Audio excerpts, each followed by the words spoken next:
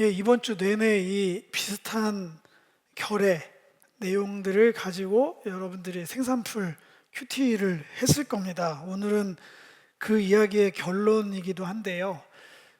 살펴볼 내용들이 많이 있습니다. 앞에 얘기는 반복하진 않겠습니다. 밑에 이 왼쪽에 있는 거 보시면은 35절에 여호와께로부터 불이 나와서 분향하는 250명을 불살랐더라. 이 얘기는 앞에 고라 자손의 반역이 나왔고요. 거기에 힌트를 좀 보면 16장 18절에 보면 그들이 제각기 향로를 가져다가 불을 담고 향을 그 위에 얹었다 얘기 나옵니다. 잘 보면 향로만 제각기 가져 나온 게 아니고요. 여기서 말하는 불도 제단의 불이 아닌 것 같습니다. 아닌 게 확실합니다. 왜냐하면 밑에 오늘 여러분 합독하신 긴 본문 중에 보면 보라색으로 제가 색칠을 해놨는데요.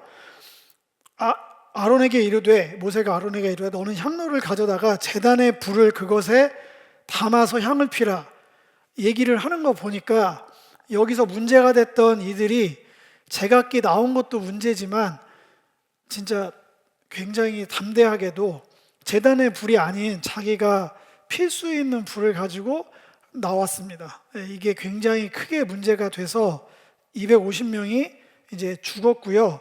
그 이어지는 본문의 내용입니다. 기시감이 드는 내용입니다. 먼저는 레위기를 보면 레위기 9장 24절, 이 본문은 설교가 잘 되지 않지만 레위기의 속죄일 만큼 중요한 본문입니다. 여러 가지 준비 과정들이 있었고요. 결론적으로 불이 여호와 앞에 나와서 제단 위에 번제와 기름을 불살릅니다. 온 백성이 그것들을 바라보면서 우리가 익숙한 그 구약의 예배가 공식적으로 시작된 겁니다.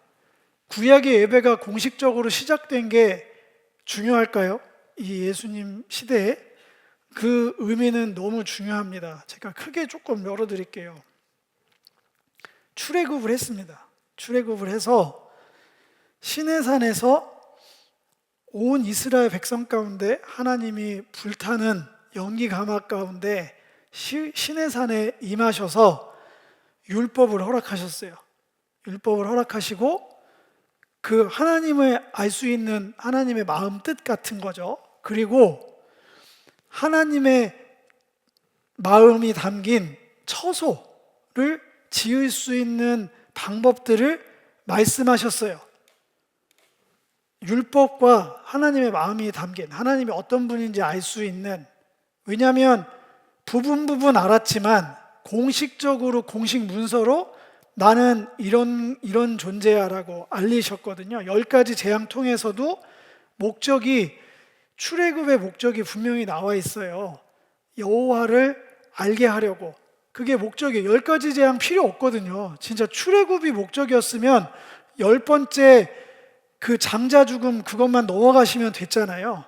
10번을 한 건 출애굽의 목적은 너희들이 낙원에서 떨어져 나감으로 잃어버렸던, 다 흩어져서 잘 모르지 지금 내가 어떤 존재인지 내가 알게 해줄게. 그렇게 해서 알리셨단 말이에요. 알리심을 넘어서서 이제 홍해를 건너서는 함께 살겠다. 원래 너희들이 있어야 될 장소로 아직은 돌아오지 못하지만 내가 너희와 함께 함으로 그 잃어버린 기억들을, 삶의 존재와 이유와 목적들을 분명히 보아 알 수 있도록 너희 가운데 한 복판에 내가 임해서 성소에서 사는 방법, 하나님과 사는 법. 왜 하나님과 사는 법이 중요하냐면 그게 하나님이 원래 계획하셨던 가장 온전한 삶이기 때문에 그래요. 하나님이 만드신 세상은 하나님과 함께 온전히 살아갈 때 그 의미와 목적이 분명해지는 거예요. 우리는 그걸 철석같이 믿는 사람입니다. 세상에는 그런 가치 기준이 중요하지 않을 수 있어요. 무슨 허무맹랑한 얘기냐? 아니에요. 우리는 창세기를 열자마자 존재하는 모든 것들이 온전케 되려면 창조주 하나님과 함께 살아야 된다. 이걸 너무나 분명하게 얘기하고 있고 그 함께 살아감의 가장 극명한 실제적인 모습을 에덴에 담으셨는데 그거를 출애굽하시고 그걸 가르쳐 주겠다고 하신 거예요. 근데 그렇게 그 얘기를 쏟아놓고 있는 동안 땅에선 무슨 짓거리를 하고 있었냐면 그 유명한 금송아지 만드는 거. 금송아지로 이게 너희를 애굽에서 인도해낸 신이다 하면서 거기다 예배를 드리고 있어요. 지금 산꼭대기에서는 모세랑 이런 얘기를 하고 있는데 내가 정말 이날을 기다렸고 너희들이랑 함께하는 모든 것들을 이제 다시 깨우려고 해. 근데 밑에서 그러고 있었어요. 그 뒤의 내용은 이제 기억이 안 나시겠지만 그러면 원래 거기서 실제 리셋이 됐어야 됩니다. 하나님도 그렇게 얘기를 하죠. 모세한테 이스라엘 빼고 너로 시작해서 새로 세팅하자. 얘네 안 되겠다. 근데 이제 모세가 목숨을 걸고 자신을 그 이름에서 지워달라 하면서 생명을 건 중재자로 나섭니다. 그리고 나서 이어지는 내용들은 너무나 희한하게 이거 하나님한테 뒤끝이 없다고 그러는 거 너무 좀 가벼운 얘기인데 온통 제사 얘기, 성막 얘기로 가득합니다.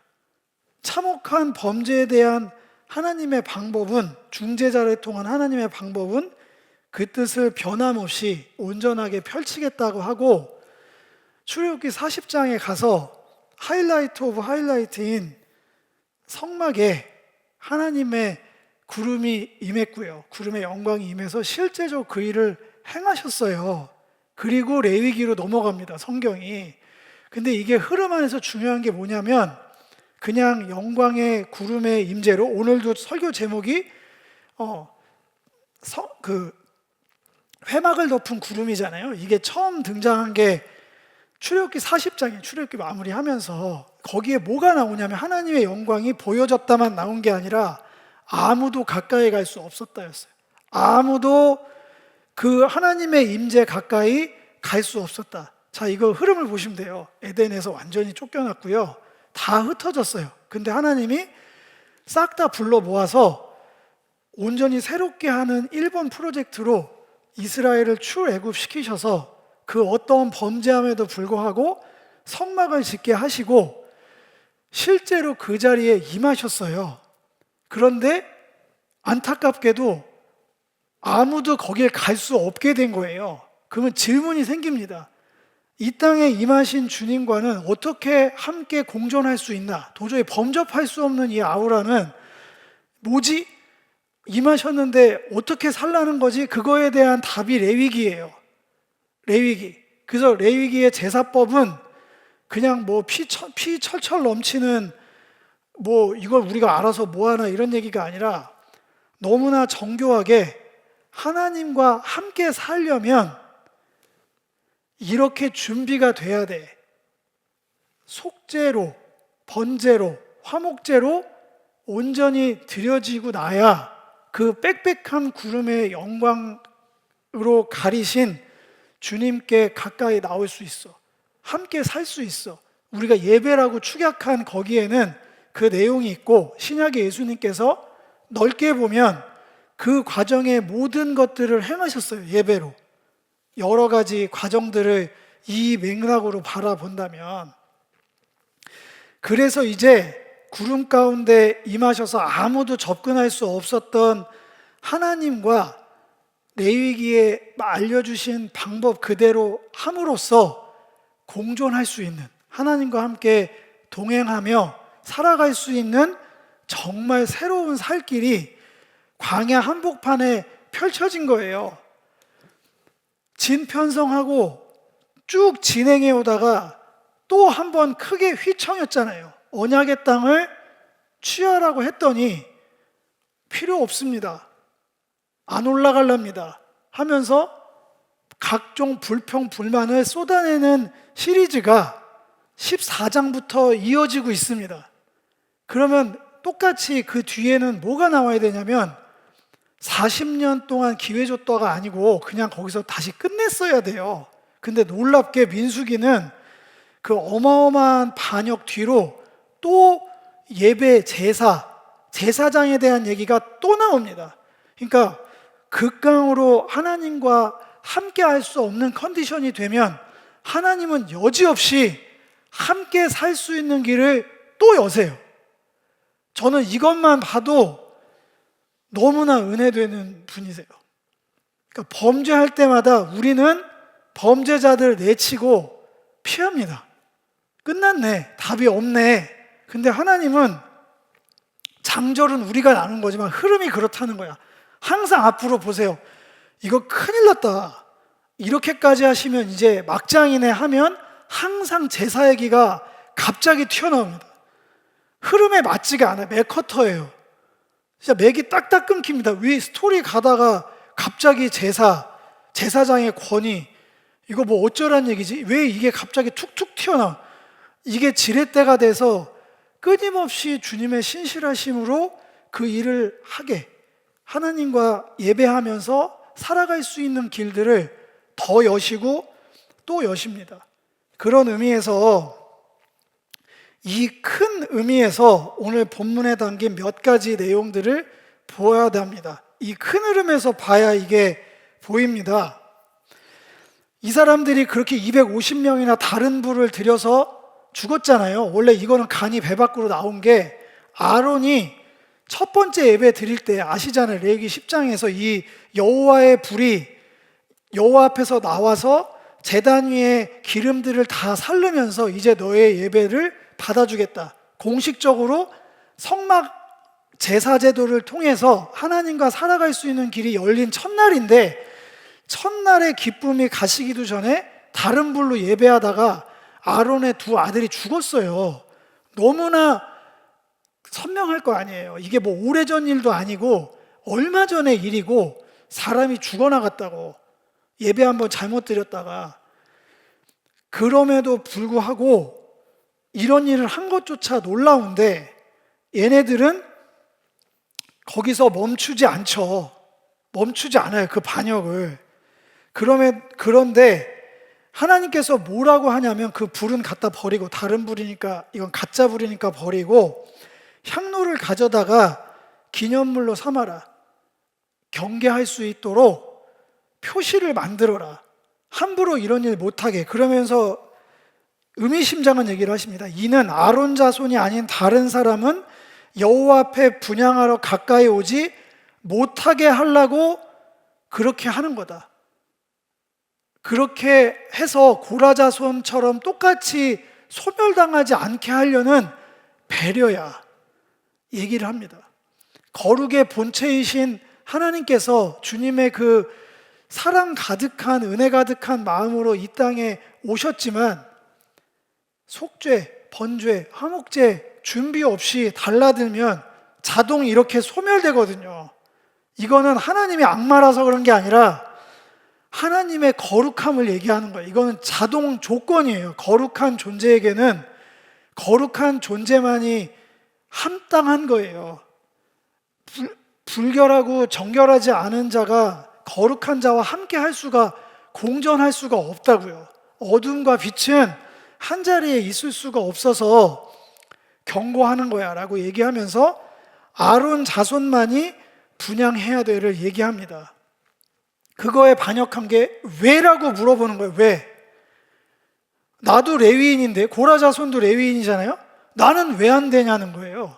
이렇게 하면 왜 안 되는데, 하나님이 정하신 방법이, 룰이 있는데 꼭 그렇게 해야 되는 건가요? 항상 이렇습니다. 우리는 꼭 먹지 말아야 되는 건가요? 왜 그래야 되는 거죠? 이렇게 얘기합니다. 제가 그 이유를 설명해 드릴까요? 왜 아론 자손만 되는지? 성경에 기록된 대로 원래 이스라엘도 출애굽할 때 장자로 대신하셨지만 애굽에 있는 모든 장자는 다 죽는 거였어요. 원래 이스라엘이라고 예외가 없는 거였어요. 애굽에 있다는 것 자체가 성경적으로는 지옥인 거고 죽음인 거고, 죽음에 있는 자들을 다 죽음에 있는 상태로 두겠다는 그것을 예외 조항이 하나 있어서, 우리가 알고 있는 이제 문설주와 임방에 피를 바르는 그 사건으로 인해서 장자가 살아났죠. 그리고 함께 양을 양 고기를 나눔으로써 그 운명을 나눈 사람들, 그게 이제 성찬식의 내용이잖아요. 예수님의 살과 피를 먹으면서 예수님의 죽음이 그냥 홀로 예수님의 일이 아니라 동급이 된 거죠. 나를 껴주신 거잖아요. 그 은혜 안에서 우리 그거 알고 있잖아요. 그게 이미 구약에 나와 있는 그림이고, 그걸 통해서 그날 하나님의 장자 이스라엘이 통째로 나왔어요. 근데 하나님께서 분명히 성격을 얘기합니다. 너네들은 이미 죽은 존재야. 죽은 가운데 문설주와 인방의 피로 너희를 살린 거야. 사실상 홍해 지나면서 부활한 거거든요. 이들은 죽은 거예요, 원래. 애국 군대로 죽은 건데 주님께서 살리셨어요. 이것을 명확하게 하기 위해서 콕 집어서 전체가 다 전적으로 제사장 나라로서 살아야 되는데, 그 역할을 레위 지파 아론 자손에게 맡기겠다. 이 얘기를 뒤집으면 이 룰을 지킨다는 건 주님께서 우리를 출애굽시키신 유일하신 존재고, 나는 주 안에서 죽었으나 주님의 은혜 안에서 살았다는 그 신앙 고백이에요. 이거는 그냥 왜 나는 안 되나요? 상식적으로 보면 아론이나 고라나 특별한 존재는 아니에요. 그냥 사람이고 뭐 계급 뭐 이런 거 없어요. 똑같아요. 애굽에 있을 때 특별하게 다른 거 없었어요. 근데 하나님께서 그 의미를 부여하셔서 아론 자손에게 하게 하라. 이거를 삐딱한 성경으로 보면 아론이 특권의식이 있어서 무슨 제사장 문서로 자기 특권을 지키려고 이렇게 쓴 거예요. 이렇게 신학교에서 가르치니까 자퇴하는 사람이 몇 명씩 나오는 거거든요. 정반대로 인본주의적으로 말한 거고, 하나님 입장에서는 나의 구원을 인정하는 거예요. 내가 유일한 여호와임을 인정하는가, 출애굽시킨 삶의 주권자임을 고백하는가. 뭘로? 아론 자손의 분양하는 그 권한을 인정함으로, 아론이 위대해서가 아니고 하나님의 출애굽의 구원의 역사를 인정함으로 그렇게 하는 거라서 중요한 거예요. 그러니까 하나님께서 내가 그 향로를 쳐서 제단을 싸서 기념물이 되게 하라는 이유가 뭐냐면, 아론 자손만이 분양하는 존재임을 각인시키려고. 다시 말하면 여기에 담긴 함의는 내가 유일한 너희를 구원한 여호와 하나님이야. 다른 신은 없음이야. 이걸 통해서 가르치시는 거예요. 이걸 깨면 죽으니까, 어렵게 살려낸 존재가 소멸되니까 그러지 말아라. 제발 좀. 여호와께서 모세를 시켜 그에게 명령하신 대로 그대로 했는데, 이튿날 회중은 정신을 못 차립니다. 좀 심합니다. 여기 써 있는 대로 모세와 아론을 원망해서 너희들이 백성을 죽였다. 전혀 사실관계가 아니죠. 오늘 큐티 하신 분도 알겠지만 본인들이 잘못한 거거든요. 그걸 깨고 들어와서 했어요. 회중이 모여 모세와 아론을 죽이려고 드니까 저는 눈물 나는 장면인데, 회막을 바라봤는데 구름이 회막을 덮었고 여호와의 영광이 나타납니다.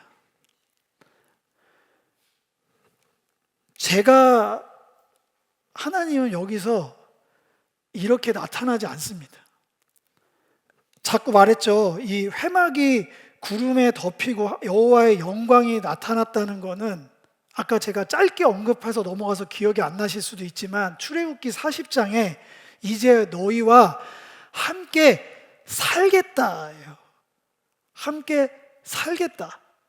죽여버리겠다가 아니고 가만두지 않겠어, 이런 저주받을 것들이 아니라, 구름이 회막을 덮어서 여호와의 영광이 나타난다는 얘기는 같이 살자, 이러지 말아라, 너희들 죽는다. 너무 젠틀하신 것 같아요. 왜 이렇게 제안을 하시는지 모르겠는데 그게 극대화된 게 예수님이시죠. 성육신 하셔서 나귀 타고 들어가시죠. 백마 안 타고. 백마 타고 들어갔다가는 다 죽으니까. 죄가 짙으면 회막을 덮은 여호와의 영광은 더 밝게 빛납니다. 항상 극명하게 대비됩니다. 모세와 아론이 회막 앞에 이름에 여호와께서 모세에게 말씀하여 이르되 너희는 이 회중에서 떠나라. 내가 순식간에 그들을 멸하러 하노라 하심에 두 사람이 엎드립니다. 이제 그래도 모세와 아론은 이쯤 되니까 하나님을 알아요. 원래는 구름 가운데 나타나실 이유가 없다. 순식간에 이런 얘기를 왜 합니까? 그냥 진행하시면 되지. 왜냐하면 이 윗장면에 뭐가 있었나요? 땅이 입을 벌려서 순식간에 싹 다 집어삼켰어요. 순식간에 없애겠다고 하고 굉장히 늘어지거든요, 시간이. 제 눈에는 순식간에 화를 입을 거야. 여기에 말한 건, 이들이 엎드린 건 멸망이 주님의 본심이 아닌 것을 아는 자가, 중재자가 이제 나타나 있어요. 산자와 죽은 자 사이에 서서 목숨 내놓고 쓴 거거든요. 하나님의 진노 앞에 그 진노를 멈추소서. 엎드리는 존재들, 중재자 모세. 출애굽기에서 모세를 빵 띄운 게 아니고요, 모세가 보일수록, 중재자 모세의 역할이 보일수록 진하게 신약의 예수님의 모습이 보입니다. 우리의 죄를 대신해서 히브리서 기준으로 하면 지금도 대제사장으로 중보하고 계시는 주님의 모습이 너무 짙게 보입니다. 산자와 죽은 자 사이에 서서 하나님과 죽을 죄 지은 범죄한 이스라엘 중간에 서서 모든 것으로 그 저주를 막아 세우는 존재가 드디어 나타나서 이 에피소드를 종료합니다. 하나님 이런 분이십니다. 항상 그냥 스토리로만 읽으면 쿵쾅쿵쾅 내려앉을 때가 많습니다. 와, 이거 끝났네. 절망이네. 다시 기회가 다시 없겠네 할 때마다 계속해서 쏟아지는 제사법, 제사장의 권위, 중재자, 하나님의 율법, 그렇게 다시 상기시키고 또 상기시키고 각인시키고 또 각인시켜서 계속해서 기회를 주십니다. 이 흐름의 끝, 제가 알기로 17, 18, 19 가면 그 유명한 그 물로 나와요. 물. 그 잿가루, 송아지 재로 해서 속죄하는 물까지 나와서 매듭이 져집니다. 이 에피소드가. 그 뒤에 또 뭐가 나오겠어요? 또 범죄한 얘기 또 나오죠. 그렇게 계속 가는 거예요. 하나님은 용서하시고 죄 짓고, 용서하시고 죄 짓고, 더 정교하게 말씀하시고 디테일하게. 이거 우픈 얘기인데 이들이 범죄하지 않았으면 하나님과 하나님의 성품을 우리는 아직도 잘 몰랐을 겁니다. 용서하신 하나님이 얼마나 용서가 크신지를 감이 안 왔을 것 같아. 근데 성경을 잘 보니까 조금씩 감이 옵니다. 절로 예배가 드려집니다. 그리고 이들이 범죄하면 할수록 하나님과 함께 살 수 있는 방법이 이거구나를 우리는 알게 됩니다. 아, 하나님과 함께 살으려면 이렇게 하면 되는구나. 이게 하나님과 살아가는 방법이구나. 신약의 예수님을 통해서 훨씬 더 분명하게 바라봅니다. 바울 서신을 통해서 적용까지도 찾아낼 수 있습니다. 이 땅에서 내가 천성을 향해 한 발 한 발 가는 철로 역정의 가운데 오늘 우리는 이곳에서 이렇게 구별됨으로 로마서에 있는 말처럼 왕 같은 제사장, 베드로서에 있는 것, 제사장일 뿐만 아니라 우리는 거룩한 산제물로 드려지는 구별된 삶으로 하나님께서 기쁘게 흠양하시는 번제로 내 삶이 온전히 올려져야 되는구나. 그렇게 해야 이 땅에서 함께 살아갈 수 있겠구나. 예수의 공로 힘입어서. 우리 그렇게 다시 한번 결단하는 시간 가졌으면 좋겠습니다. 말씀을 맺겠습니다. 회막에 구름이 구약 시대에는 덮였습니다. 그것을 통해 주님께서 그때마다 회막에 구름이 덮일 때마다 임재하실 때마다 용서하시는 하나님의 그 광대하신 그 신실하신 은혜가 온 인류사 가운데 계시되는 순간입니다. 우리가 그 영광을 좀 바라보면서 살았으면 좋겠습니다. 오늘도 어떤 순간에는 뭐 반역을 하려고 반역한 건 아니지만 조금은 모자란 순간도 있는 것 같습니다. 하나님 보시기에 좀 민구스럽고 민망하고 연약한 순간도 있지만 우리 그럴 때마다 그렇게 우리와 함께하기 원하시는 주님의 영광을 바라보셨으면 좋겠습니다. 우리가 할 수 있는 최선은 바라보는 것밖에 없잖아요. 솔직히 우리가 뭘 그렇게 거대한 영향력을 끼쳐서 이 세상을 변화시키겠어요.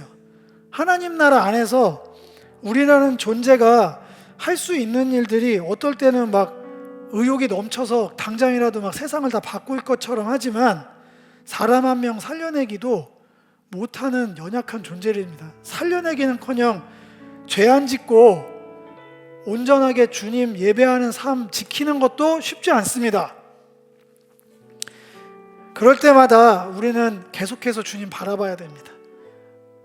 저는 눈을 감고 기도하는 가운데 성령 안에서 구약의 그 시간 안에 임재하셨던 빽빽한 구름 가운데 회막을 덮으셨던 여호와의 영광이 보여질 거라 믿습니다.